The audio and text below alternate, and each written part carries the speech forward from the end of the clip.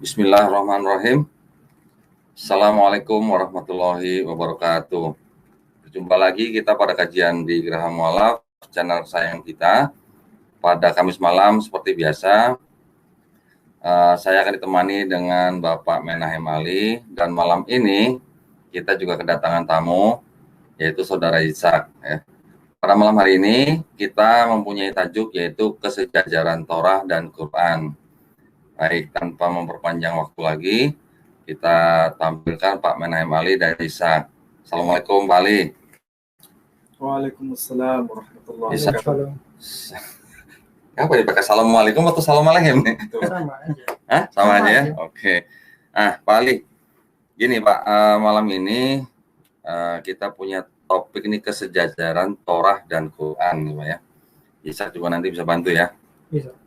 Oh ya, mohon maaf, sebelumnya saya ingin mengingatkan bagi para pemirsa yang ingin menyisihkan zakat, infak, sodako, bisa dikirimkan ke rekening Bank Mandiri Syariah dengan kode bank 451, nomor rekening 1188889995 atas nama Yayasan Pembina Mualaf At-Tauhid.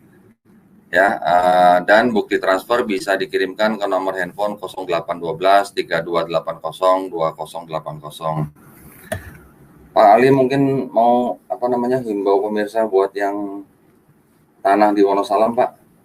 Ya, silakan, Pak. Mungkin saya harus memberikan pengumuman sekilas saja bahwa kita ada rencana untuk membangun pondok pesantren di Wonosalam, Jombang.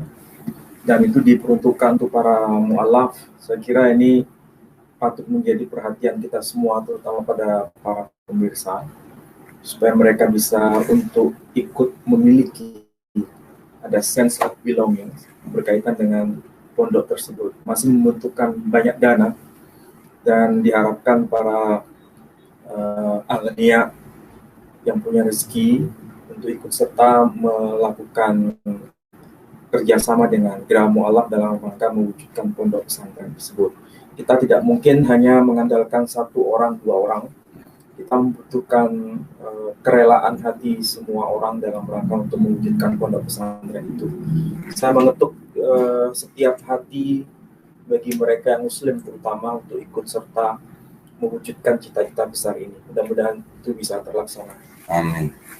Baik, pemirsa. Untuk wakaf yang tadi disampaikan oleh Pak Ali, harga yang ditawarkan untuk tanah tersebut yang berlokasi di Wonosalam, Jombang, Jawa Timur ya, seluas total 6 hektar, ditawarkan dengan harga Rp250.000 per meter persegi. Ya, dan bisa dikirimkan ke nomor rekening yang tadi saya sebut, juga bisa dikonfirmasi ke nomor handphone yang tadi sudah saya sebutkan. Baik, sebelum kita mulai, Pak Ali, ini kita sekarang di studionya Geraha Mualaf nih, Pak. Ya, ini studio yang baru. Keren ya, Pak ya? Ya, keren juga. Keren. Nah, ini adalah studio Geraha Mualaf yang baru. Alhamdulillah, kita sekarang sudah punya studio. Jadi kita sekarang sudah bisa sering-sering tampil bareng nih, Pak, begini, Pak. Ya. Nanti bisa diatur lah, Pak, pokoknya lah. Baik. Boleh, Pak, silakan bisa diberikan mungkin pengantar atau bagaimana mengenai kesejajaran Torah dan Quran. Maksud saya, kesejajarannya dalam bidang apa saja nih? Kira-kira. Oh iya, barangkali ini semacam introduksi ya, atau pengantar bahwa istilah Torah kita bisa pelajari dari sisi kebahasaan dulu, atau lebih tepatnya kajian linguistik. Filologi ya, Pak ya? Atau lebih tepatnya lagi, bukan sekedar linguistik tapi filologi. Sorry Pak ya. Filologi itu apa sih Pak sebenarnya, Pak? Filologi itu sebetulnya kajian kebahasaan. Tapi kajian kebahasaan bukan dalam hal kajian kebahasaan era kekinian, tapi ini dibandingkan dengan era sebelumnya. Jadi itu sebetulnya kajian bahasa yang melintas batas generasi, melintas batas zaman, tapi dalam konteks bahasa itu sendiri. Jadi misalnya kalau kita mengetahui bahasa Ibrani sekarang, yang disebut bahasa Ibrit, harus dikaitkan dengan bahasa Ibrani era sebelumnya. Baik dalam konteks misalnya Hebrew, bahasa Ibrani Alkitab atau bahasa Ibrani Tanakh, yang termaktub dalam Torah Nevi'im Ketuvim, atau juga nanti dibandingkan dengan bahasa Ibrani Misnaib, bahasa Ibrani khas kitab-kitab Mishnah, atau juga yang bisa dikaji dari Talmud.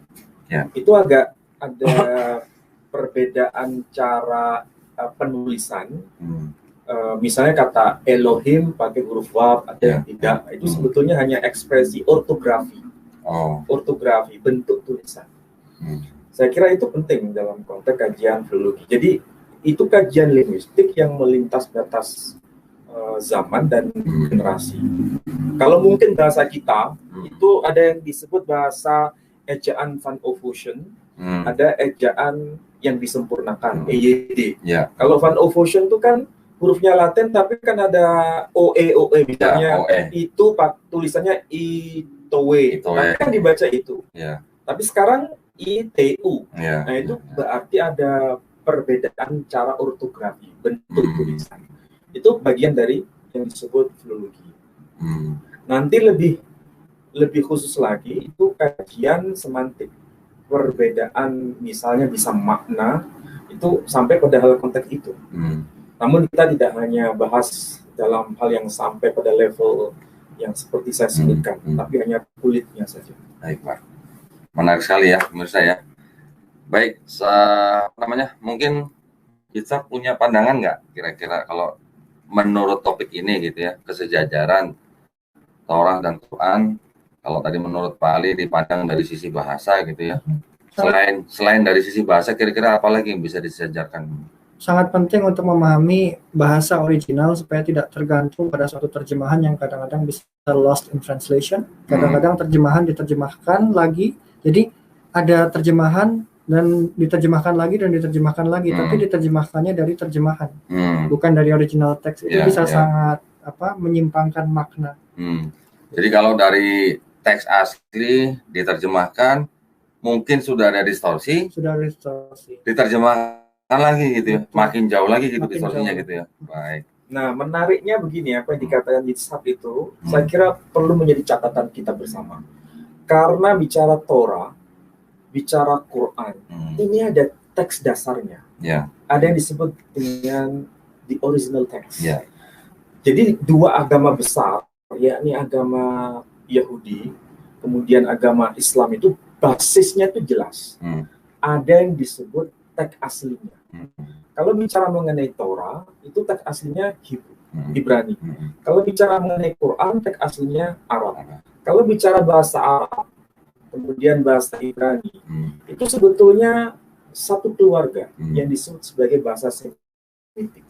Jadi kalau bisa bahasa Semitik, itu banyak hal yang kita bisa jadikan acuan, ada semacam kesejajaran, bukan dalam hal kebahasaan saja, bahkan sampai aspek teologisnya. Jadi kalau bicara dasarnya itu bahasa, nanti level atasnya itu teologis, itu banyak kesamaan. Kita belum sampai diskusi ke situ, kita baru preambul berkaitan dengan aspek bahasa ini. Saya ambil contoh misalnya, kalau dalam bahasa Arabnya misalnya ada istilah ro'as, kepala. Kemudian kalau dalam bahasa Ibrani disebut resh. Mirip ya. Bukan sekedar mirip, memang itu memang satu keluarga. Karena Ibrani dengan Arab itu kan memang satu. Mungkin maksudnya rosh kali ya, Prof. Iya. Rosh jadi, kepala. Iya. Jadi itu artinya memang tidak bergeser banyak. Kedekatannya itu banyak yang bisa dijadikan acuan bersama. Misalnya contoh kayak di bahasa Ibrani mungkin gitu ya. Di bahasa Arabnya jadi akhi gitu ya.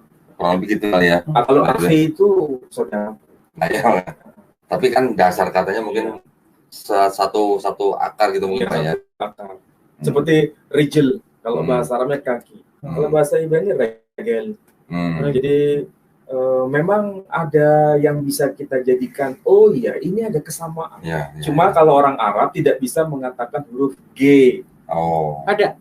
Yaman ada. Kalau dialek Yaman bisa pakai huruf G. Misalnya Gimal. Tapi kalau bahasa Arab yang Fusha itu nggak bisa pakai huruf G. Nggak bisa. Ibrani juga gitu. Yang standar itu kalau huruf J itu susah, tapi huruf G mesti ada. Kecuali kalau nanti yang versi Yaman atau versi mana itu. Berarti Arab juga Jabal, Gabal. Iya, yang dialek. Nah, dialek misalnya dialek Mesir itu biasa disebut bahasa Amiyah, bahasa Arab Amiyah. Kalau jadi bahasa standar enggak? Ya, saya juga ingat di bahasa Ibrani ada keret apa ya? Di bahasa Arabnya jadi korib ya Pak? Korib ya. Saya kata keruvim, kan itu malaikat kalau bahasa harfiahnya, malaikat yang bersayap sekian gitu ya. Kalau dari Kristen kan mengenal itu. Itu Arabnya koribun, korib. Jadi dia makhluk yang amat dekat dengan Tuhan. Ada kemiripan gitu Pak ya. Dan anehnya kalau bicara keruvim ya, misalnya dalam Sefer Bereshit itu oleh bahasa Al-Biagawan diartikan al-malaika. Dari bahasa apa namanya Ibrani ke bahasa Arab ya Pak ya. Langsung diterjemahkan bukan koribun tapi al-malaika. Berarti memang sudah paham bahwa tradisi Yahudi itu ketika bicara mengenai cherubim itu selalu maksudnya adalah malaikat. Malaikat yang bukan sekedar malaikat tapi malaikat yang amat dekat. Baik Pak, udah nggak sabar kayaknya kalau dengar Pak Adi ngomong ya. Silakan Pak, apa namanya paparan apa yang Bapak mau perlihatkan kepada para pemirsa mengenai Torah dan Quran ini gitu? Iya. Langsung ya. Ini saya dulu apa saudara Ishak dulu? Pak Ali dulu mendingan, nanti Ishak bisa menambahkan gitu ya. Iya. Begini, di dalam Al-Quran ini sebagai kitab suci umat Islam, selain namanya disebut Quran, dalam Quran itu juga disebutkan nama kitab-kitab sebelumnya. Ya. Baik itu Torah, kemudian Zabur, kemudian Injil. Dan istilah yang dipakai dalam Quran itu sama. Istilah yang dipakai ketika bicara bagaimana kitab-kitab suci itu diturunkan. Misalnya begini dalam ayat, وَالَّذِينَ يُؤْمِنُونَ بِمَا أُنْزِلَ إِلَيْكَ. Dan orang-orang yang beriman atas apa yang diturunkan kepadamu. وَمَا أُنْزِلَ مِنْ قَبْلِكَ. Dan atas apa yang diturunkan sebelum kamu. Jadi ini bicara mengenai pewahyuan yang diturunkan kepadamu, kepada Nabi terakhir Muhammad Sallallahu Alaihi Wasallam dengan ungkapan kata unzila. Selain itu, ketika bicara mengenai wahyu-wahyu sebelum Quran, juga digunakan ungkapan wama unzila min qablik, dan atas apa yang telah diturunkan sebelum kamu. Nah, istilah unzila itu kesejajarannya luar biasa antara Torah dengan Quran. Karena itu diturunkan dalam arti verbatim. Verbatim itu kata demi kata. Jadi bukan seperti pemahaman kaum Kristiani. Seakan-akan itu ada campur tangan ekspresi manusia dan lain sebagainya itu. Jadi Torah itu diturunkan, kalau yang saya tahu dalam tradisi Yahudi di cross check, itu diterima di Gunung Sinai. Diturunkan itu ada dua Torah bentuknya itu. Torah Sebi'al-P dan Torah Sebi'khtab. Kalau Torah Sebi'khtab itu yang disebut Hamishah Khumshi Torah. Kitab Kejadian, Kitab Keluaran, Kitab Imamat, Kitab Bilangan, dan Kitab Ulangan. Tapi kalau Torah Sebi'al-P itu yang disebut misalnya Mishnah, Talmud, itu bagian dari itu, termasuk Midrash. Ada, sorry nih Pak ya, ada yang disebut dengan oral Torah law dan written law ya Pak ya. Ada yang disebut Torah tertulis. Kalau Torah tertulis itu yang disebut 5 kitab Musa itu. Pentateuch ya Pak ya. Pentateuch itu. Kalau yang Torah lisan atau oral Torah itu yang disebut sebagai kalau kita mungkin menyebutnya sama dengan hadis. Jadi sebetulnya ada kesejajaran. Kalau ditanya Muslim itu sumber hukumnya apa? Dua. Pertama Quran, kedua hadis. Kalau Yahudi ditanya sumber hukumnya apa? Dua. Oral Torah dan written Torah. Atau yang disebut Torah Sebi'khtab dan Torah Sebi'al-P. Dua. Nah, saya kira itu kesejajaran yang sangat tegas bahwa dua agama ini tidak bisa dipisahkan dalam hal wacana keagamaan. Baik pada saat wahyu itu diturunkan, bagaimana prosesnya, itu semua ada dan sejajar. Nah, uniknya kalau dari istilah kebahasaan ini tidak tahu ini kebetulan atau bagaimana. Gimana tuh, Quran itu kan sederhana. Quran ya, artinya kan bacaan. Torah itu juga disebut bukan hanya Torah, tapi disebut dengan Mikra. Hamikra. Iya, Hamikra. Ya. Padahal kita tahu secara bahasa Hamikra dengan Quran itu hurufnya, huruf asal itu sama. Huruf asalnya sama. Ya, betul ya. Huruf asalnya sama. Jadi dan arti dasarnya sama. Bacaan juga, Pak? Baca. Oh, baca. Qara'a, bahasanya membaca. Ya. Kalau dalam bahasa Ibrani juga ada istilah kere. Kore membaca, kara telah membaca. Sama kan? Ya, artinya apa? Iya, mirip ya. Bukan sekedar mirip, memang sama. Artinya hanya mungkin artikulasi saja gitu, Pak, yang membedakannya. Iya, jadi secara artikulasi sama. Misalnya kalau kita menyebut ba, Ibrani menyebut b. Kita menyebut alif, Ibrani menyebut alif. Kalau bahasa Aramaik olaf. Itu hanya varian bagaimana kebahasaan itu mengekspresikan sebuah huruf atau aksara. Tapi bisa ditandai bahwa ini berasal dari rumpun bahasa yang sama atau yang disebut sebagai bahasa atau istilahnya common language-nya itu sama. Nah, ini yang menarik. Quran disebut Quran, kemudian Torah itu disebut Mikra. Cuma kita biasanya mendengar istilah Torah. Padahal yang populer pada abad pertengahan dan sebelumnya itu Mikra. Lebih tegas tuh Mikra. Istilah Tanakh itu baru-baru muncul aja. Jadi istilah tanah yang kita kenal itu kan ringkasan akronim sebetulnya. Singkatan kan banyak. Iya, Torah, Nevi'im, Ketubim. Tapi sebetulnya Mikra. Dan itu ekspresinya sama dengan Quran. Itu dari sisi nama kitab suci ya. Nama kitab suci, Quran dan Mikra. Kalau Perjanjian Baru tidak ada istilah yang bisa dekat dengan dua istilah itu. Apa Perjanjian Baru? Textus Receptus Peshitta hanya disebut ya kalau istilah bahasa Latinnya atau bahasa yang Inggris yang kita kenal disebut sebagai Textus Receptus, itu yang bahasa Latinnya. Yunani kan ya. Kalau Textus Receptus kan mereka Yunani. akrab dengan istilah Pentateuch.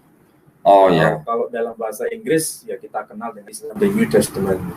Tapi istilah yang dekat dengan itu dalam bahasa yang diekspresikan dalam konteks rumpun Semit yang saya tahu disebut Beshora.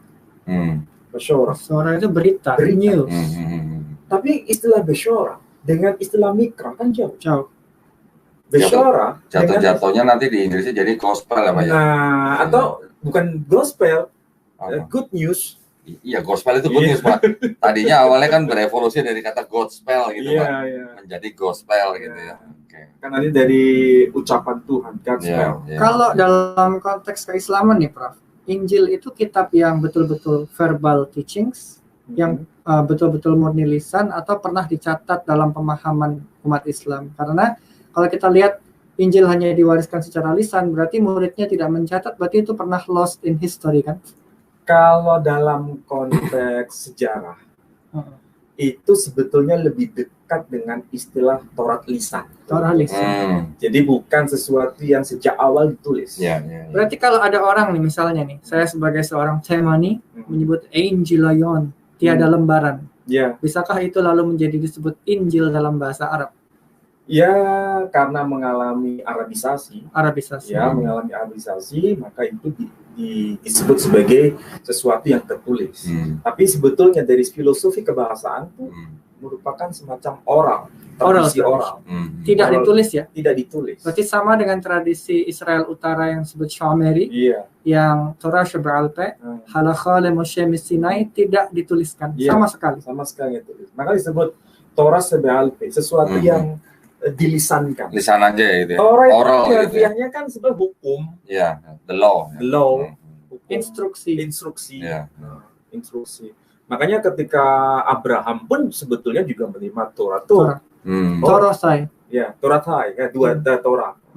Jadi sebetulnya istilah Torah secara harfiah itu juga dibebankan kepada orang-orang selain Musa, termasuk Abraham. Ini kedekatan juga dengan Islam. Makanya misalkan ditanya begini, Islam itu pertama kali muncul kapan? Biasanya orang jawab, 1400 tahun yang lalu. 1400 tahun yang lalu. Pada zaman siapa? Zaman Nabi Muhammad. Menurut Quran enggak. Iya. Islam itu datang semenjak zaman Adam. Iya. Dengan istilah apa? Islam. Jadi Islam itu secara harfiah artinya berpasrah total. Bukan trademark ya? Iya, bukan merek, bukan organized religion, bukan agama yang terorganisasi, tapi merupakan makna generik, makna umum. Begitu juga ketika bicara Torah. Lah, Torah itu apa? Torah itu instruksi atau hukum yang sudah diberikan sejak zaman Adam sampai kepada Abraham, pun baru kemudian dituliskan secara utuh pada zaman Moshe Rabbeinu alaihissalam. Nah, itu baru bentuknya sudah berupa Torah, gulungan. Nah, disebut Megillat. Nah, itu istilahnya sudah bentuk makna yang paten istilahnya. Tapi sebelumnya disebut Torah juga. Sebagai contohnya ketika Noah membawa 7 pasang hewan yang tahor dan 2 pasang hewan yang lo tahor, tehora dengan lo tehora. Itu artinya tahir dengan tidak tahir. Yang halal, yang haram. Itu kalau lihat di komentari di Rashi dikatakan Noah mempelajari Torah. Oke. Coba bayangkan kalau ditanya, loh, katanya Torah diturunkan kepada Moshe Rabbeinu alaihissalam. Tapi kenapa kok bisa dipakai istilah Torah pada zaman Noah? Pada zaman Nuh. Apakah Nuh menerima Torah? Ya memang dia menerima Torah dalam arti makna generik, makna umum. Tapi bukan dalam arti kitab Torah seperti Torahnya Musa, bukan begitu. Nah, sama seperti ketika bicara Ibrahim itu Muslim, Nuh itu Muslim, Adam itu Muslim, Musa itu Muslim, dalam arti berpasrah diri kepada Dia yang Maha Mutlak. Kalau saya bahasakan gini, kira-kira masuk nggak, Pak? Jadi dari sejak Nabi Adam alaihissalam sampai dengan Nabi Muhammad SAW, sebelumnya maksud saya, antara dari Nabi Adam sebelum sampai Nabi Muhammad SAW, itu secara akidah mereka adalah Muslim. Nah, ini yang menarik. Baru setelah Nabi Muhammad SAW disebut Islam secara syariat gitu, Pak. Kira-kira jadi gini, kalau ini kita diskusi dalam konteks lintas agama ya. Kalau dari sisi Islam, kenapa disebut dengan Islam agama nabi-nabi ini? Karena berpasrah diri pada Dia yang Maha Mutlak dan Dia sebagai Echad. Jadi satu-satunya Dia yang wajib untuk diyakini. Istilahnya konsep monoteismenya itu sama. Makanya kalau ditanya, apakah agama Yahudi menyembah Tuhan yang sama dengan Islam? Jawabannya iya. Nggak ada yang dengar rabi-rabi Yahudi juga ngomongnya begitu, Pak ya. Baik mereka percaya ya. Kohen Agadol, imam besar di utara ataupun Saadia Gaon, Rambam, semua mengakui Allah itu Hashem. Iya, betul. Jadi kalau disebut kenapa Yod He Vav He itu disebut Hashem. Ingat itu istilah Hashem. Ha itu kan sama dengan the. Shem itu sama dengan nama. The name, sang nama. Nah, ketika Muslim ditanya Allah itu siapa? Allah itu disebut Al-Ismul A'adam. Apa itu maksudnya? Sang nama yang agung. Berarti secara memahami Tuhan yang mutlak itu sama. Hanya ekspresi bahasa beda. Yang satu bahasa Arab, yang satu bahasa Ibrani. Yang Ibrani disebut Hashem, yang bahasa Arab disebut Al-Ismul A'adam. Kalau di Israel Utara, Shemo. Shemo. Sama. Nah, konsepnya Tuhannya satu. Dan tidak boleh dibentuk dalam bentuk apapun, baik berupa dimensi 2 maupun dimensi 3. Apalagi dalam bentuk patung-patung tidak boleh. Itu konsepnya. Sampai sekarang Yahudi kalau ditanya, jawabannya sama. Bahkan lebih ekstrim lagi, boleh nggak orang Yahudi itu sembahyang atau tevilah di dalam masjid? Boleh. Kenapa alasannya? Karena menurut hukum Mishnah dalam Mishnah di masjid itu tidak ada patung, tidak patung. Jadi boleh. Ini dari sisi istilah Islam, berpasrah pada Dia yang Maha Mutlak, yang Maha Satu. Nah, kalau dari konteks Torah itu kan hanya instruksi. Berarti mulai Adam sampai Moshe dan seterusnya, itu semua dapat instruksi, perintah, hukum. Dan itu maksudnya sama dari Tuhan yang satu. Contohnya, ini kalau yang Pak Ali omongin ini, kalau saya sebut dengan kata suhuf, boleh nggak, Pak? Suhuf itu lembaran artinya. Lembaran. Makanya suhuf Ibrahim wa Musa. Nah, sama apa itu dengan instruksi itu, Pak? Ya, namanya suhuf itu kan berarti ada teks. Suhuf itu kan lembaran. Harus ada bendanya. Ada lembaran teks ya. Tapi di dalamnya ada tulisannya. Dan itu otomatis berupa instruksi. Dalam perspektif Yahudi, berarti instruksi itu berarti ini boleh, ini tidak boleh. Ini haram, ini halal. Makanya dalam istilah Yahudi ada kosher. Artinya yang boleh dikonsumsi, boleh dimakan, boleh diminum itu apa.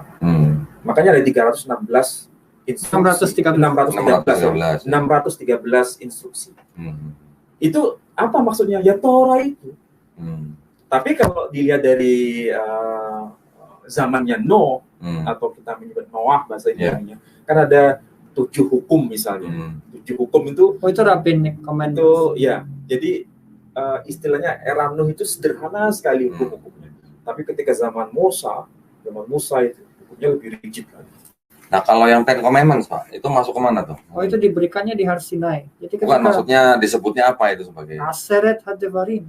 Aseret itu 10 Devarim perkataan-perkataan. Itu adalah bagian daripada yang written Torah itu atau yang dari 613 itu 10-nya adalah Ten Commandment. Oke.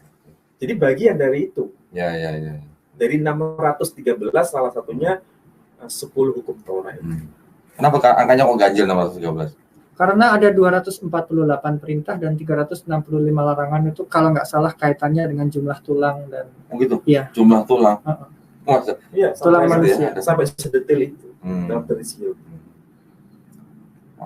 Itu dari sisi istilah Islam dengan istilah Torah, antara Yahudi dan Islam itu sama dalam memahami konsep yang sama. Ketika saya menyodorkan istilah Islam bukan hanya dalam arti Islamnya Nabi terakhir, tapi Islamnya Nabi-Nabi sebelumnya, orang Yahudi terima konsep itu.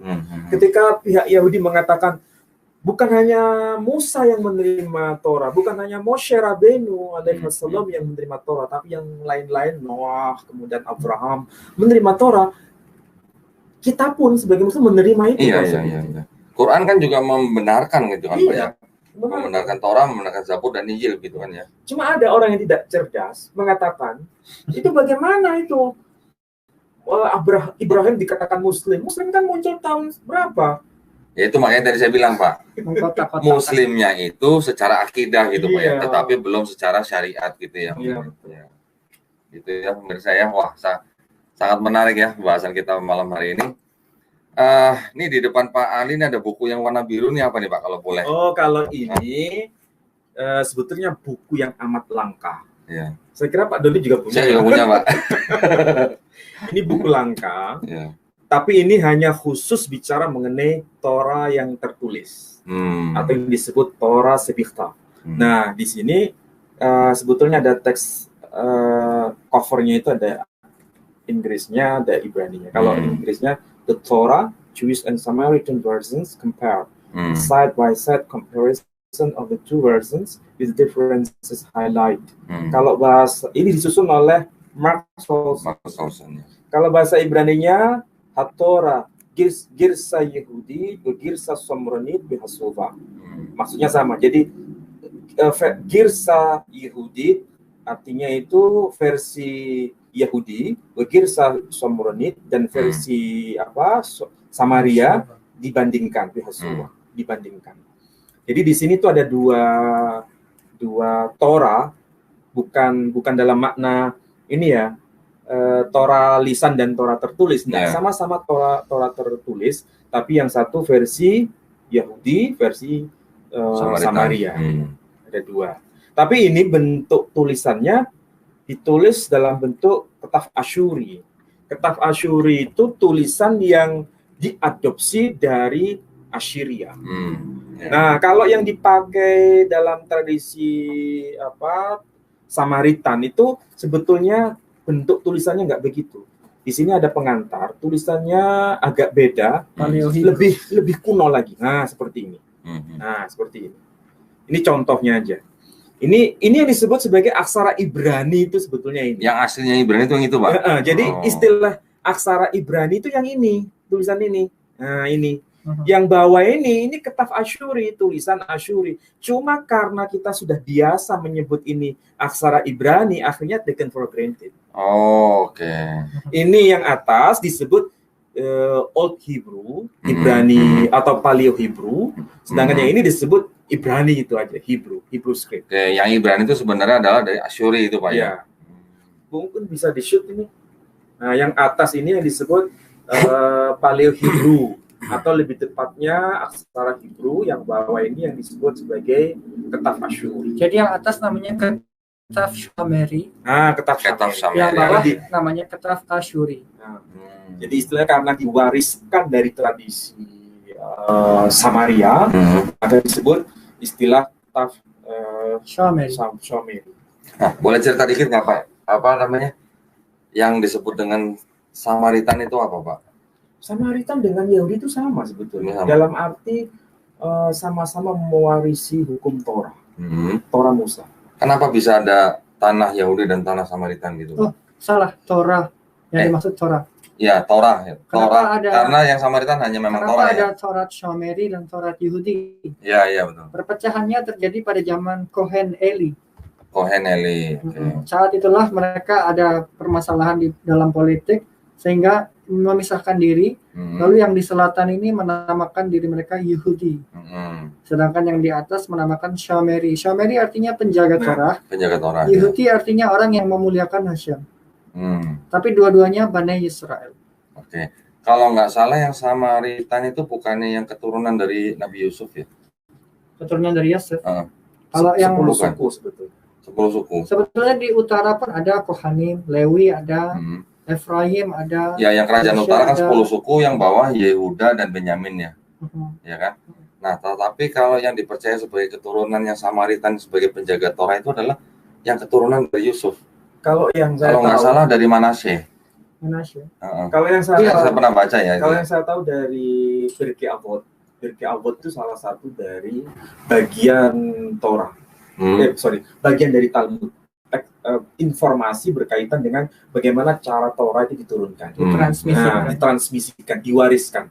Jadi kalau menurut Yahudi dari versi Yahudi, Torah yang diwarisi oleh Yahudi itu dari Musa kepada Yosua. Kemudian kepada generasi setelahnya terus begitu. Sementara kalau yang Shomroni itu dari Musa kepada Harun. Oh, jalurnya beda. Kalau istilah istilah tradisi hadis. Nah, itu kan Nabi Muhammad punya sahabat ya kan. Ada yang melalui jalur misalnya Abu Hurairah, ada yang melalui jalur misalnya Aisyah atau Ibnu Abbas. Nah, ini jalur periwayatan, transmisinya. Sehingga nanti ketika bicara mengenai Torah itu tidak mungkin dilupakan dari masalah sanad keilmuannya dari mana. Istilah kalau bahasa kita sederhana, ini kamu berguru dari mana? Oh, saya berguru dari si A dari si B, si B dari si C, terus begitu. Ketemunya gitu ya.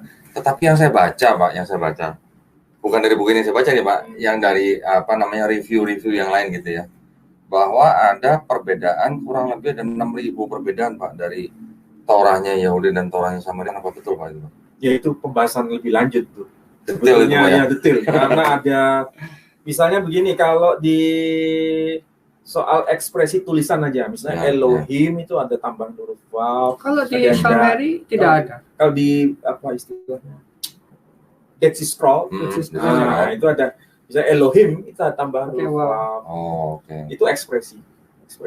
Maknanya beda, Pak? Kalau Elohim ada waf, tidak ada waf, maknanya sama. Sama aja. Di kata-kata yang beda lain. ejaan. Satu ejaan Qumran, satu ejaan Perushim. Kalau yang Qumran itu berarti udah istilahnya kalau nggak salah baca ada pengaruh dari Aramaik gitu ya? Enggak juga. Kalau kita lihat teksnya sama bunyinya, sama artinya, cuman ejaannya berbeda. Saya contohnya ejaan ya. Contohnya menulis miswot perintah, dia pakai wawnya 2. Gitu. Terus misalnya miswotnya kan tidak ada kaf sofit, dia pakai kaf biasa ditambah huruf he di belakangnya. Terus anochi. Biasanya alef, nun, kaf, yud. Dia ada wawnya di tengah. Anohi. Pengucapannya juga sedikit beda ya? Enggak, sama aja. Pengucapannya sama ya? Sama. Oke. Tapi sebetulnya ada dialek yang beda. Dialek ya? Dialek. Kalau tidak keliru nanti bisa diekspresikan sama Yitzhak. Kalau yang versi Sephardim itu dia bacanya itu kan kebanyakan vokalnya itu A. Misalnya Bereshit bara Elohim et hashamayim et haaretz. Tapi kalau yang versi Temoni lain lagi. Tulisannya sama, tapi cara pembacaan itu beda. Misalnya kalau nggak keliru ya, mau diluruskan. Bereshit bara Elohim et hashamayim et haaretz. Jadi ini kan keunikan dalam arti sama. Kalau saya samakan dengan kiroat gimana? Nah, sama dengan kalau dalam tradisi Quran. Kalau di Temoni Elohim. Elohim, depannya A. Bukan Elohim tapi Elohim. Oh gitu ya. Sama dengan kiroat sab'ah. Itu berarti kiroat Pak itu Pak? Kiroah. Jadi kiroah. Baru paham saya. Orang-orang Kristen, maaf kalau saya harus sebut, orang-orang Nasrani kebanyakan tidak tahu begini. Jadi mereka lebih banyak tidak paham mengenai ekspresi bagaimana cara melafalkan. Kemudian bagaimana cara menuliskan. Kenapa? Tidak melihat dari tradisi transmisi teks seperti apa. Bahkan kalau kita sodorkan yang versi versi Somroni itu lebih unik lagi itu cara pengucapannya, cara ekspresi pembahasan. Lagu membacanya saja beda. Tetapi bukan berarti mereka ini berbeda dalam arti secara tegas. Akidahnya tetap sama. Samanya. Seperti yang sangat terkenal kan perbedaan antara kata pere dan parah ya, yang sebetulnya artinya sama. Jadi ada kata daka itu dalet kaf alef. Tapi itu di dalam Torah Judean Torah di Temoni pakai dalet kaf alef. Tapi kalau kita lihat di Torah untuk Ashkenazi pakai he. Artinya apakah berubah? Tidak berubah. Tapi literal perkatanya beda. Tetap dibaca daka. Enggak dibacanya, tapi makna daripada perkata literalnya tidak berubah, artinya keras, menghancurkan. Lah yang fruitful itu? Kalau untuk itu, jadi ada pere Adam.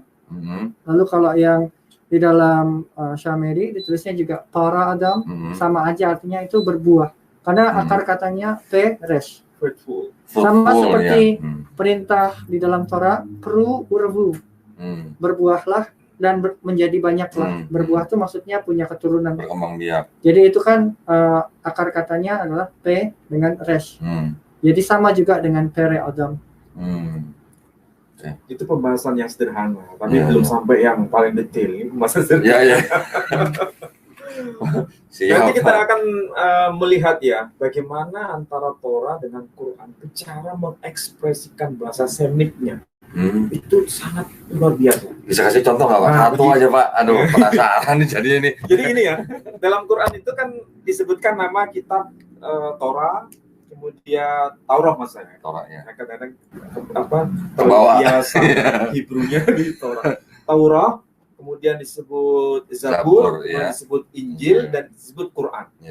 Di antara 4 kitab ini, yang memiliki kesejajaran yang paling dekat itu Taurah, Zabur, dan Quran. Injilnya memang agak beda. Ada sesuatu yang menurut saya itu misteri. Sambil contoh begini ya. Ini kita buka-bukaan. Boleh Pak. Justru ini yang kalau nggak ada paling apa kita ngebuka-bukaan ya. Seru nih. Quran itu kan disebut Quran. Torah itu kan disebut Mikra. Ya. Akar katanya sama. Ya. Kemudian ekspresi bahasa Semitnya itu sama. Dalam hal apa? Pengulangan dan itu terus menerus, sistematik. Dalam mengekspresikan sesuatu, dalam menginformasikan sesuatu. Kata yang sama diulang lagi. Contohnya ini ya. Itu apa ya Pak? Nah, gini, ini saya ambil contoh. Dalam surat Ar-Rahman. Ar-Rahman itu surah nomor 55. Saya ambil potong kompas saja ya. Di sini ada ayat misalnya begini. wal habbu dzul 'asfi war raihan fabi ayyi ala'i rabbikuma tukadziban khalaqal insana min salsalin kal fakhar wa khalaqal janna min marijin min nar fabi ayyi ala'i rabbikuma tukadziban rabbul masyriqaini wa rabbul maghribain fabi ayyi ala'i rabbikuma tukadziban. Terus begitu. Yang diulang apa? Fabi ayyi ala'i rabbikuma tukadziban. Ini salah satu bentuk ekspresi bahasa Semit. Ya. Bahasa Semit itu kayak begitu. Kita lihat ada kayak semacam penegasan gitu apa ya? Pengulangan atau penegasan ya. Supaya apa? Menjadi renungan. Dan itu memang dalam rangka dioralkan memang. Begitu. Nah, kita bandingkan dengan dalam Torah. Ya, siapa ini? Kita buka yang pertama, itu kan Torah, ya. Di bagian yang paling awal itu Sefer Bereshit. Kemudian di sini juga ada semacam pengulangan. Pengulangan. Kita mulai dari yang ini aja, yang pertama ya. Di sini ada kata-kata Bereshit bara Elohim et ha-shamayim wa et ha-aretz dan seterusnya sampai pada yang ini ayat yang ketiga dikatakan wayehi aref wayehi boker yom echad. Satu. Kemudian nanti lanjut lagi wayehi aref wayehi boker yom seni. Kalau yang pertama yom echad hari pertama. Wayehi aref itu kalau bahasa Arabnya maghrib. Ya.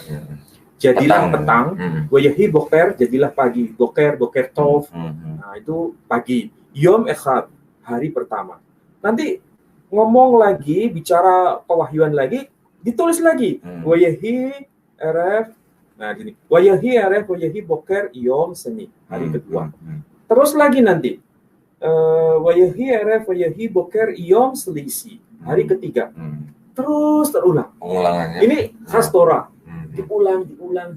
Coba lihat kitab Zabur atau disebut Tehillim. Ya. Kalau nggak salah pasal 100 berapa ya? 118 tuh. Itu ada pengulangan begini. Dengan sebutan Kile olam hasdo. Coba tolong dibacakan. Coba bacain. Sama enggak? Dengan yang versi Torah. Hudu la Hashem kitab kila alam hasdo. Nah, Yomar na Israel kila alam hasdo. Nah, dua kali. Kile olam hasdo. Yomaruna bet aharon kila alam hasdo. Nah, dan seterusnya sampai selesai. Terus ya. Iya. Terus ya. Artinya apa? Apa yang menjadi ekspresi dalam bahasa Ibrani yang tertulis dalam Torah, tertulis dalam Mizmor atau tertulis dalam Zabur dan dalam Quran sama. Ekspresi. Ada kayak semacam kesamaan dalam gaya gitu Pak ya. Kesamaan gaya ekspresinya yang menunjukkan identitas Semitnya. Identitas Semitiknya itu kelihatan. Nah, sekarang bertanya, kalau Injil apakah ada pola seperti ini? Kayaknya kalau saya ingat baca-baca tidak ada Wayomer Elohim, Wayadaber Hashem. Tidak ada. Saya nggak menemukan itu. Saya sudah cek dari Septuaginta. Maaf, kalau Septuaginta kan perjanjian lama ya. Ya otomatis nggak ada. Textus Receptus misalnya. Atau yang versi Peshitta Aramaik lah. Saya nggak menemukan itu. Peshitta juga nggak ada ya Pak ya? Padahal itu kan basisnya kan bahasa Semit, Aramaik. Saya nggak menemukan pola yang seperti ini. Kemudian saya cek lagi yang bahasa Yunani, the Greek New Testament, juga tidak menemukan itu. Artinya apa? Ada missing link di sini. Bicara soal perjanjian baru atau bicara mengenai tapi kan gini Pak, ini mohon maaf nih Pak ya. Kalau yang disebut dengan New Testament kan di situ kan bukan yang disebut sebagai firman Tuhan yang langsung gitu Pak. Itu kan hanya cerita atau kisah dari penulis menceritakan Yesus atau Isa Al-Masih kan gitu Pak. Ya salah satunya alasannya demikian. Gitu kan Pak ya. Iya. Jadi sangat berbeda dengan Quran yang kita percaya itu adalah sebagai firman Allah. New Testament itu sendiri kan sebenarnya kan kumpulan daripada tulisan-tulisan orang, riwayat gitu, riwayat hidup, biografi kan gitu Pak. Jadi saya rasa mungkin nggak ada seperti gaya yang tadi Pak Ali jelaskan gitu ya antara Torah dengan Quran gitu ya. Torah itu kan dua komponen, satu Haggadah atau narasi, yang kedua adalah halakha atau syariat. Syariatnya berarti perintah, larangan. Jadi memang gayanya begitu. Iya, kalau New Testament sih saya rasa nggak bisa dibandingin Pak kalau kayak gitu Pak ya. Saya tidak bermaksud untuk mencari sensasi. Iya. Saya hanya memberikan wacana bahwa ekspresi dalam Torah dengan ekspresi dalam Mizmor atau Tehillim, sekaligus ekspresi di dalam Torah yang sampai hari ini dapat kita saksikan, meskipun ada yang Somroni, versi Samaria atau versi Yahudi, cara mengekspresikan bahasa Semitnya itu sama. Masih ada samanya ya. Bahasa Semitiknya. Ketika saya konfirmasi yang kitab suci Kristiani, maaf kalau saya harus sebut, yang teks Peshitta misalnya, saya tidak menemukan satupun yang memiliki gaya seperti ini. Jadi kalau dianggap semacam linknya, itu antara Torah, kemudian Mizmor dan Quran itu nyambung semua. Ya. Tapi ketika bicara mengenai Perjanjian Baru atau khususnya Injil, ekspresi seperti ini ada missing link. Ya. Kalau saya sih berani mengatakan begini Pak. Ini mohon maaf nih Pak kalau mungkin ya, tolong dikoreksi nih Pak ya. Kalau dalam perspektif Islam, Injil itu kan adalah wahyu yang diturunkan Allah Subhanahu wa taala kepada Nabi Isa alaihissalam. Sedangkan New Testament atau Perjanjian Baru yang kita lihat itu kan sebenarnya kan hanya cerita tulisan orang-orang mengenai Yesus gitu kan. Atau ajarannya Paulus mengenai Yesus gitu kan. Di situ memang mungkin masih ada 1-2 kalimat yang mungkin merupakan perkataan Yesus gitu ya. Kan ada red letter Bible gitu kan, kita bisa menandai bahwa itu adalah perkataan Yesus menurut dugaannya mereka gitu, ahli-ahli Perjanjian Baru. Tetapi secara keseluruhan kalau kita lihat dari Matius sampai Wahyu, buat saya itu bukan Injil Pak. Ya. Buat saya gitu, ini perspektif Pak ya. Karena kalau kita mau coba kita lihat aja di surat Paulus itu mungkin pendapat pribadinya. Iya, itu kan pendapat pribadinya Paulus, bukan. Kita coba cross check yang sederhana aja ya. Ya. Bagaimana adanya missing link? Ya. Kalau lebih tepat dikatakan missing link itu memang bisa diajukan pada bukti. Misalnya begini, dalam Injil Matius yang mengatakan telah dinubuatkan oleh para nabi dia akan disebut orang Nazaret. Saya cari di PL nggak ada Pak itu Pak. Jangan tanyakan ke saya ya, tanyakan ke Ishak. Ada nggak itu dalam di Perjanjian Lama nabi-nabi akan menyebut Yesus sebagai orang Nazaret? Saya cari di seluruh Hamikra kata Nazaret tidak ada. Nah, itu Pak. Nah itu kan masalah. Iya. Seandainya itu ada link dengan Torah, bahwa apa yang dikatakan Injil Matius itu ada link dengan Torah, atau minimal ada link dengan Nevi'im, kitab nabi-nabi, atau minimal ada link dengan Ketuvim, kitab tulisan-tulisan itu. Mesti satu ayat pun ada. Harusnya ada, minimal satu ya Pak ya. Atau minimal begini, apa yang termasuk dalam Talmud ada nggak? Ada Talmud? Nggak ada. Tidak ada.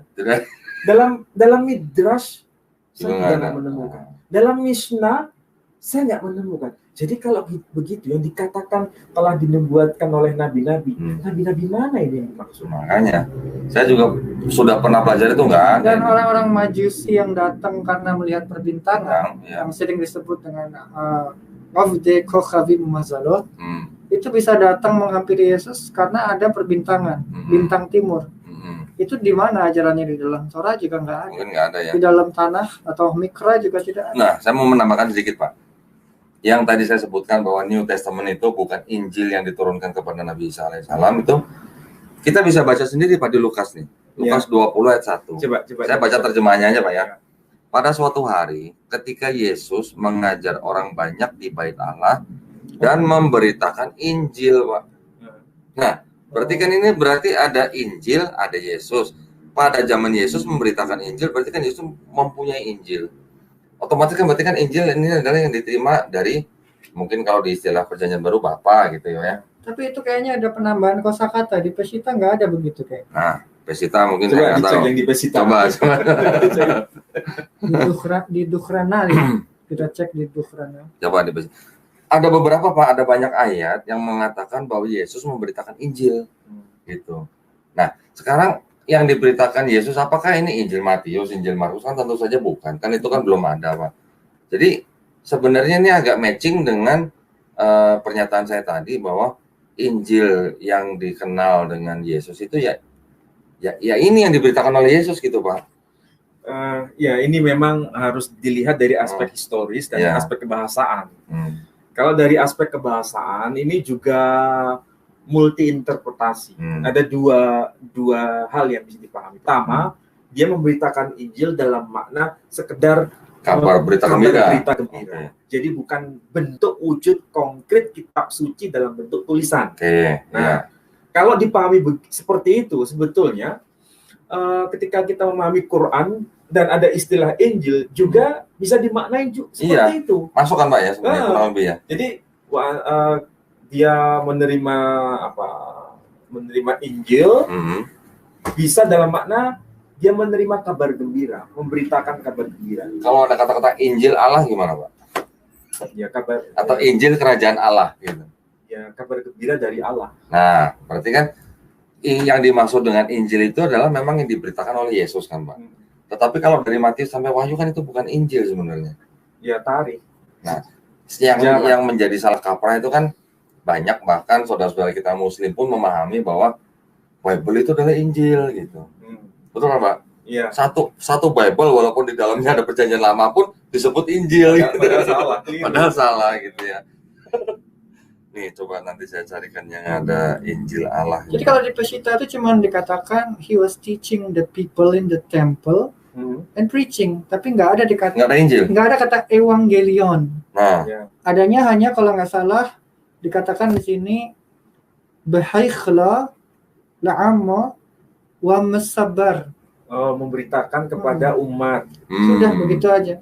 Tapi tidak ada objek apa atau subjek apa yang diberitakan.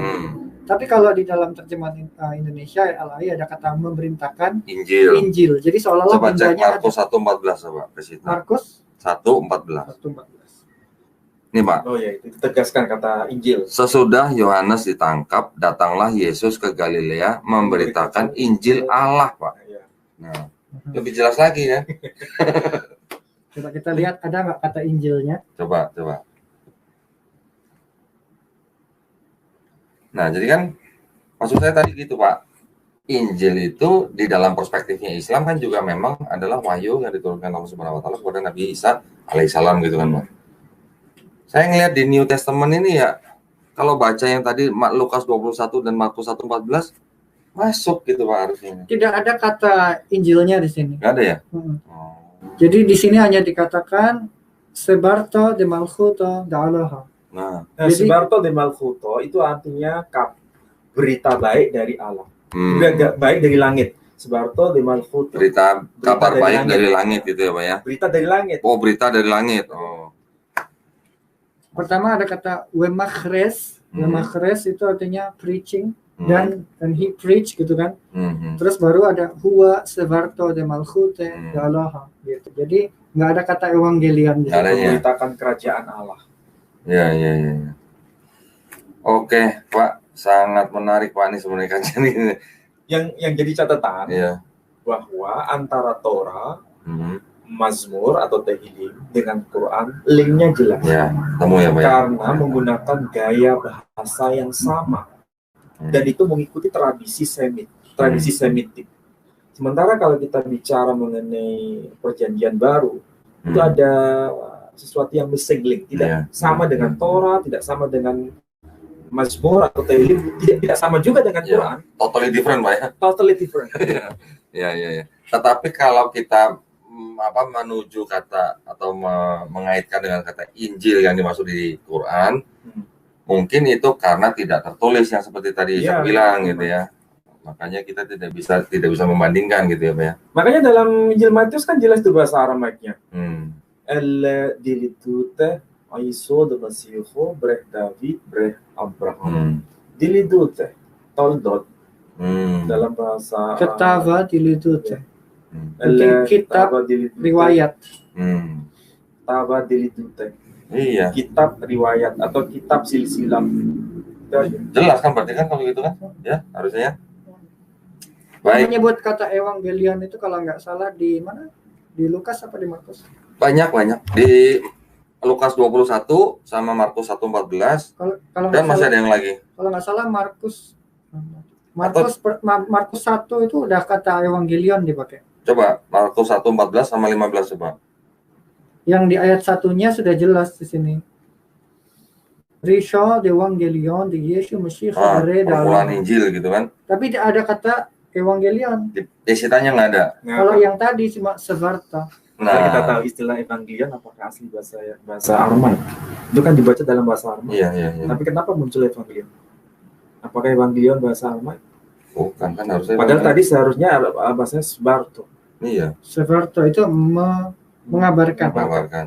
Kalau mengabarkan cocok dengan kata besora ya. Iya, besora. Menarik ya sebenarnya. Jadi di situ sepertinya ada missing link lagi. Karena istilah kunci itu tidak muncul dalam bahasa Aramaik. Justru yang istilah kunci muncul dalam bahasa Yunani. Kok bisa muncul dalam bahasa Yunani? Iya ya. Atau jangan-jangan ada tikun sofrim? Iya, bisa jadi. Atau mungkin ada kosakata yang lain. Kenapa disebutnya Kristiane? Iya. Kenapa bukan Mishikanim? Padahal itu kan bahasa Aramaik, Pesita. Tapi kenapa muncul Kristiano? Kristiano kan Yunani Pak ya? Kan dari Kristos, Kristianos. Itu cocok. Dari Meshicha harusnya adalah Meshikanim. Ya, seharusnya orang-orang Masehi. Pengikut Meshicha. Kalau Kristos, pengikut Kristos, Kristianos, Meshicha, Meshikanim. Ya, pengikut Masih. Pengikut Mesias. Ya. Tapi itu nggak muncul dalam Pesita. Tetap ditulis Kristiani dalam Pesita. Padahal Kristiana. Boleh dong Pak kasih analisis Pak kenapa itu? Nah begini, kalau seandainya itu memang bahasa Aramaik, totally Aramaik, seharusnya istilah-istilah kunci itu muncul dalam versi bahasa Aramaik. Ya, harusnya.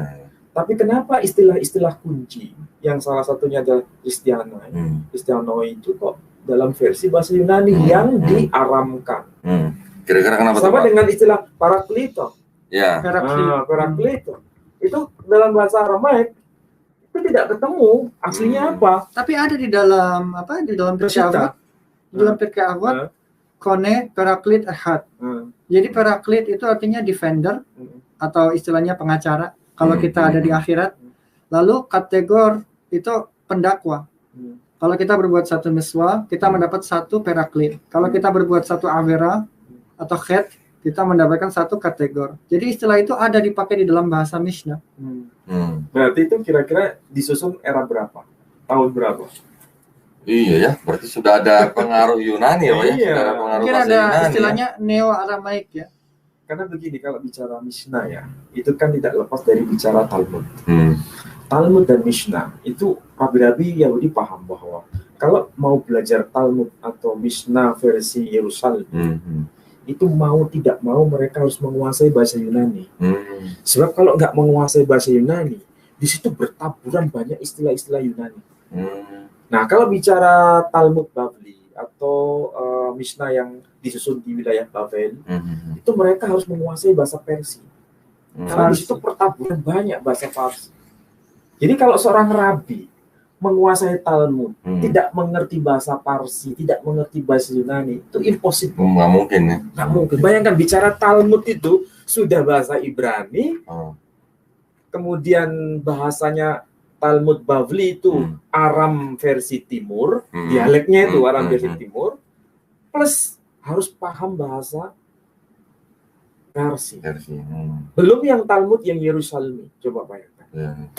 Mungkin sama dengan Sanhedrin. Sanhedrin itu juga bukan dari bahasa Ibrani. Bukan, bahasa Yunani. Sanhedrin ya? Iya. Kalau bahasa Ibrani cukup populer sebenarnya itu Sanhedrin itu Pak ya? Beit Din Hagadol.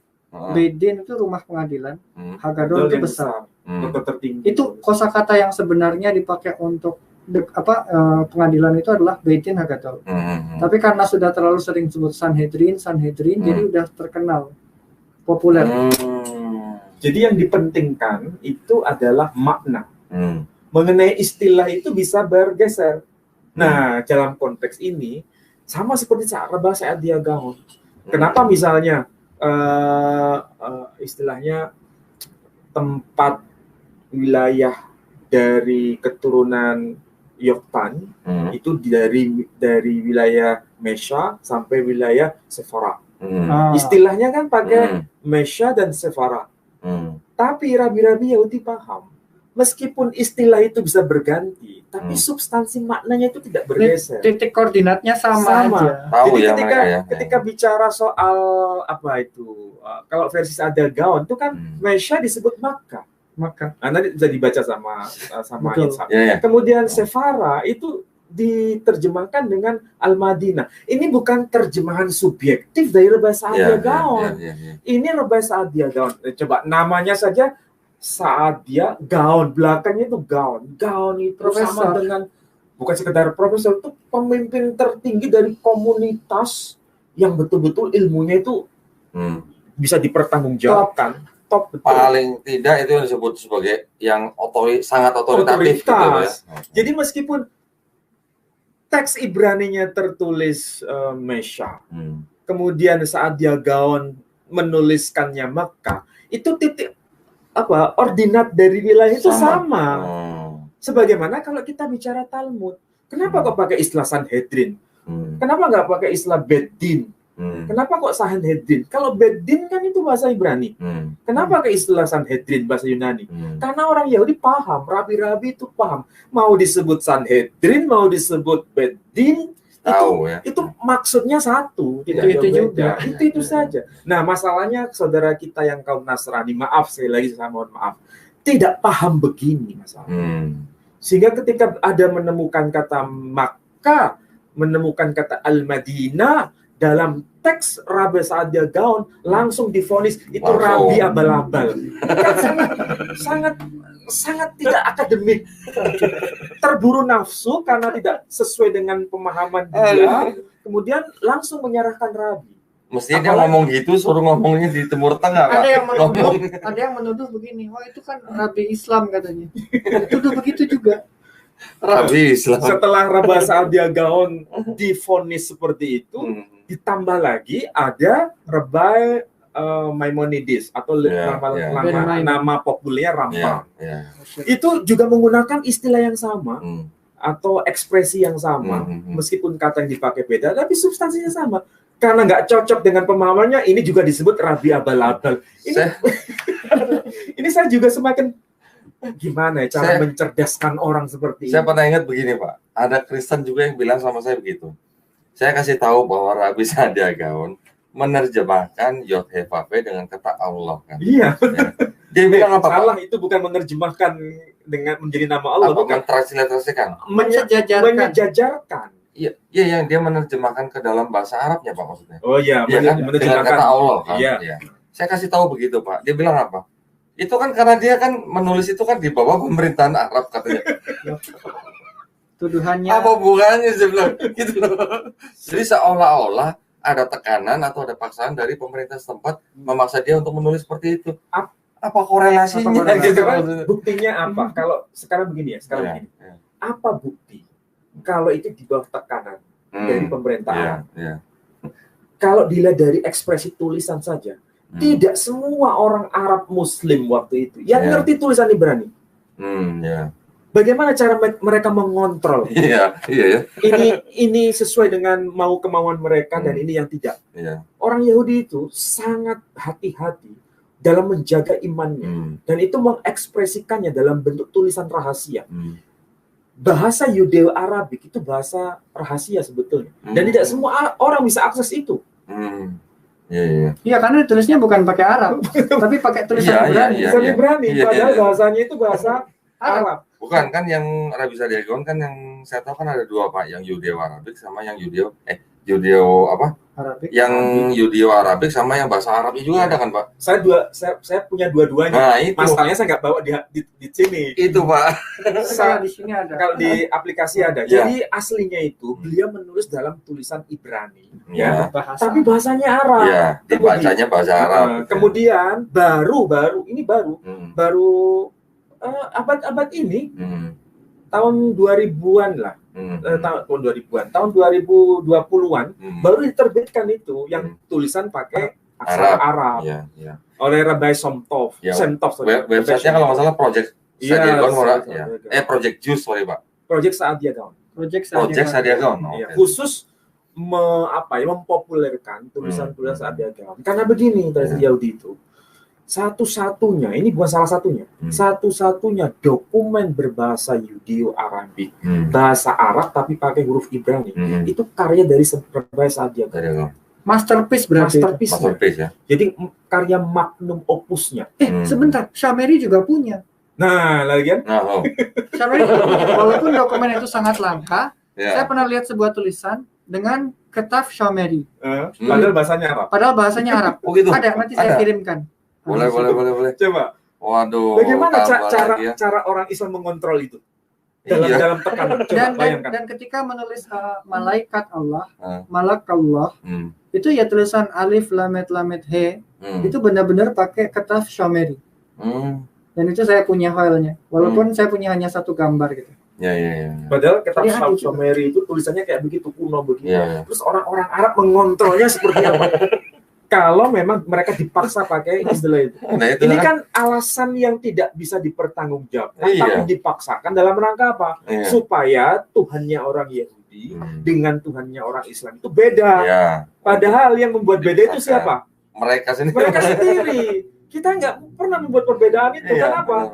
Istilah yang dipanggil itu sama. Sebagai Hashem, sebagai Al-Ismul A'zam, sebagai Tuhan yang satu-satunya, tidak ada bentuknya, tidak boleh dipatungkan, digeser menjadi ini Tuhan dalam bentuk apa itu? Batu hitam. Ini kan tidak masuk akal.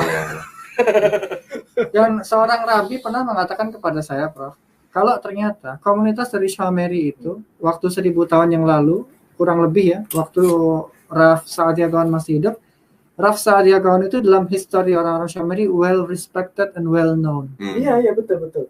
Karena yang saya tahu, Rabbi Saadia Gaon juga menerjemahkan Torah Shomroni dalam aksara Ketaf Asyuri. Jadi ada, tapi bahasanya Arab. Jadi bentuknya hampir kayak buku ini ya? Iya, sama. Tapi dalam bahasa Arab.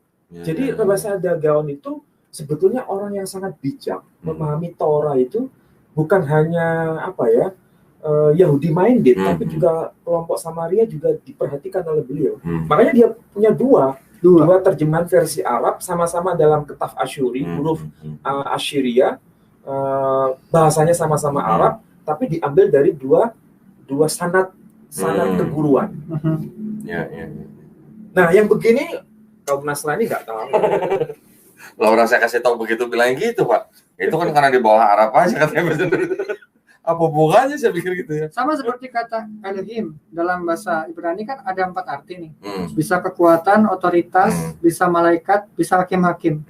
Di dalam tradisi Shameri, Elohim juga bisa diterjemahkan Al-Azali, the eternal. Kadang-kadang Allah, kadang-kadang Al-Azali. Gitu. Jadi nggak cuma satu terjemahan seperti Yunani, Theos aja. Makanya nanti kalau versi yang terjemahan bahasa Inggris, Tuhan bergelut sama Yakub. Ini kan jadi rusak. Iya, betul. Padahal mungkin maksudnya lain ya, Pak ya. Maksudnya lain, padahal di situ bukan Tuhan yang bergelut dengan Yakub. Kalau ditulis angelos masih agak mending ya. Masih mendingan malaikat kan? Gitu ya. Dia tulisnya Theos. Waduh. Nah, ada lagi yang mencukur bulu paha gitu ya. Itulah, jadi kita ini sangat menghargai yang namanya teks asli. Karena kalau misalnya ada sesuatu yang bermasalah, dikembalikan pada teks bahasa Ibraninya atau Arabnya. Lagi pula juga, walaupun ada teks asli, kita juga kan harus tahu gaya bahasa dan sastranya mereka ya, Pak ya. Bukan berarti yang mereka tulis itu artinya literalnya itu gitu kan. Bukan. Contoh misalnya Yeskiel 23 kan. Itu kan sebenarnya ada makna di baliknya ya kan. Itu adalah tindakan-tindakan bangsa Israel yang mengkhianati Hashem gitu kan. Ibaratnya gitu kan. Karena dia menyembah ilah-ilah lain gitu kan. Itu kan sebenarnya kan ada makna di belakangnya. Cuman kadang-kadang teman-teman kita yang muslim juga nggak tahu kan. Karena dibacanya begitu, wah apa ini begini kok ada cerita porno gitu kan. Nah, itulah. Ya karena mereka berpijak pada yang terjemahan. Iya. Yang paling sederhana ini, paling sederhana sebagai penutup ini. Iya, Pak. Kesamaan Torah dengan Quran ini memang aneh. Dalam mana positif. Kalau kita tanya sama orang Islam, kamu kok bisa sih hafal itu? Kitab sucimu kok dibaca lancar tanpa melihat bukunya? Kok bisa? Sebenarnya kalau tanya sama orang Yahudi, kamu kok bisa hafal Tehillim segitu tebalnya kok hafal? Ya karena dalam bahasa aslinya. Coba kita tanya Nasrani, kamu hafal nggak gitu Injil Matius? Bisa hafal nggak? Nggak ada ya. Kenapa nggak bisa? Karena kalau Torah sama Tehillim ataupun Torah itu basisnya bahasa Semit, sangat kelihatan sangat kelihatan. Nah kalau yang Perjanjian Baru, tadi saya katakan ada missing link, sehingga kalau dihafal pun tidak bisa. Ini salah satu bukti yang sangat sederhana. Kepikiran aja paling gitu. Iya, tapi emang fakta sih, fakta di lapangan. Kepikiran aja gitu. Baik Pak, sangat menarik nih Pak. Mungkin Isa ada yang mau ditambahin? Mungkin itu aja. Itu aja? Cukup? Pak Ali cukup Pak? Saya kira cukup. Cukup ya? Waduh, saya pengennya yang itu dibedah tuh Pak, yang biru tuh Pak. Suatu saat nanti. Suatu saat Pak ya. Baik para pemirsa, inilah dia paparan kita pada malam hari ini ya. Kita bincang-bincang santai, tetapi semuanya ini yang ngomong adalah pakar-pakar gitu ya. Jadi bukan asal asumsi aja ya. Semuanya ada dalilnya, ada dasarnya, ada bukunya ya. Buku fisiknya ada kan Pak ya? Buku fisiknya ini kan bisa diakses. Mau beli di mana, mau cari di mana, teksnya seperti apa. Saya belinya di Amazon.com Pak. Oh iya. Nah jadi yang dibicarakan oleh Pak Ali, oleh Isa itu semuanya adalah ilmu yang memang ada bukunya, ada dasarnya, ada referensinya gitu ya, bukan asal asumsi-asumsi aja. Nah itulah bedanya kalau kita bicara di Geraha Mu'alaf dan mungkin yang di luar gitu ya. Geraha Mu'alaf kita menitik beratkan pada kajian yang ilmiah dan akademis gitu ya, sehingga bisa dipertanggungjawabkan. Baik, sebelum kita tutup, tidak lupa saya juga ingin mengingatkan kembali para pemirsa untuk yang ingin menyalurkan zakat infak sedekahnya, bahkan tadi wakaf ya, yang sudah sering saya sebutkan di tanah berlokasi di Wonosalam, Jombang, Jawa Timur, bisa mengirimkan ke nomor rekening di Bank Mandiri Syariah dengan kode bank 451, nomor rekening 1188889995 atas nama Yayasan Pembina Mu'alaf At-Tauhid. Dan bisa mengirimkan bukti transfer ke nomor handphone 0812 3280 2080. Baik, malam hari ini sampai sekian kajian yang bisa kita berikan. Kami tutup dengan ucapan terima kasih kepada Pak Menahem Ali dan juga kepada Ishak ya. Wabillahi taufiq wal hidayah. Wassalamualaikum warahmatullahi wabarakatuh. Waalaikumsalam.